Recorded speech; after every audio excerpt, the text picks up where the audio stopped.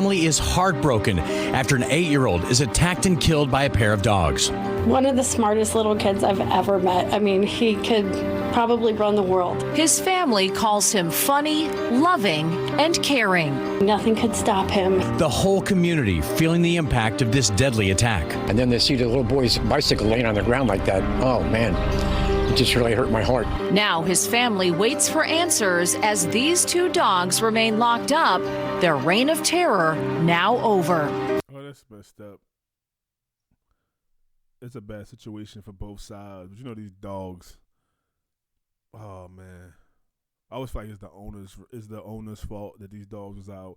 Usually, what's this, like a American bully, pit bull mix, some type of, these all mutts probably. This is some type of like healer or something dog. These dogs together would do things and that they wouldn't do apart. And it's, oh man, that's so sad on both sides. They have been previously found to run stray. It's just unfortunate that nobody actually reported it to Animal Services.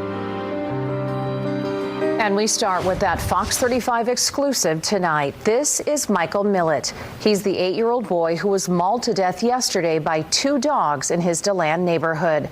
His family says Michael was a ray of light and always happy. And tonight, that little boy's aunt is speaking only to Fox 35. Thank you so much for joining us. I'm Luann Sorrell. And I'm John Brown. Fox 35's Hannah McKenzie is live in Volusia County tonight. So Hannah, what did she share with you about the little boy? Well, I spoke with Michael's aunt and Michael's mother, and Michael's mother told me she will never get the image of her son being mauled out of her head. She physically threw her body onto Michael to shield him from the dogs, but it was too late.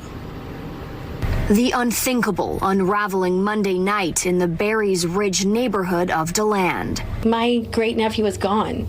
Like, we can't get him back. 8-year-old Michael Millett mauled to death by two dogs. Just the kind of kid you just want to give a hug to because he's just so sweet and so funny and so caring. And oh, the pain in these people's eyes, man, it kills me.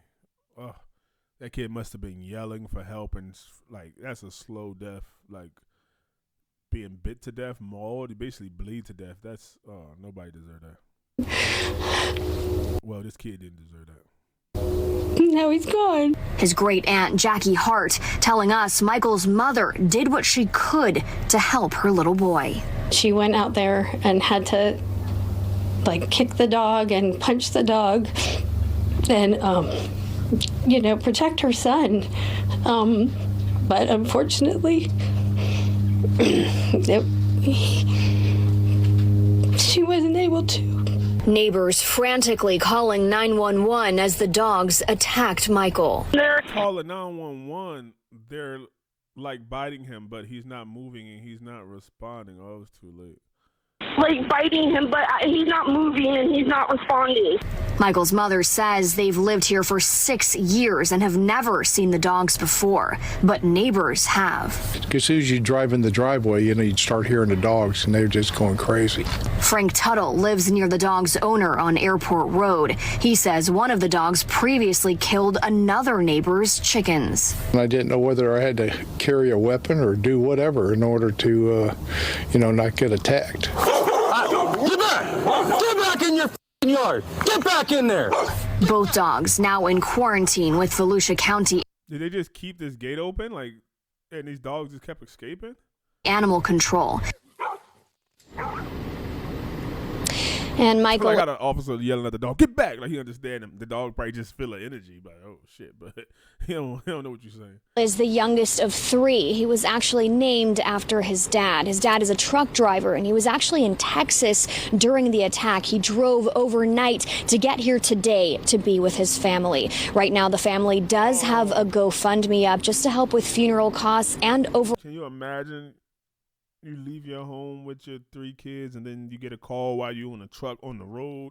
That, like, it's just playing in his mind. Probably, if I was there, I would be able to, you know what I mean? Every man imagine, or if you're in a fight, you imagine what you would do when you're in your head. You're like, I would have went there and grabbed the dog by his balls, and I would have heard him. He probably would have moved faster, or who knows, man? These couple gonna have to need therapy. Like, it could have been anything. Like, I told you not to let the kids out by himself at the park. I told you not to be watching them or whatever, because he was out there on his bike.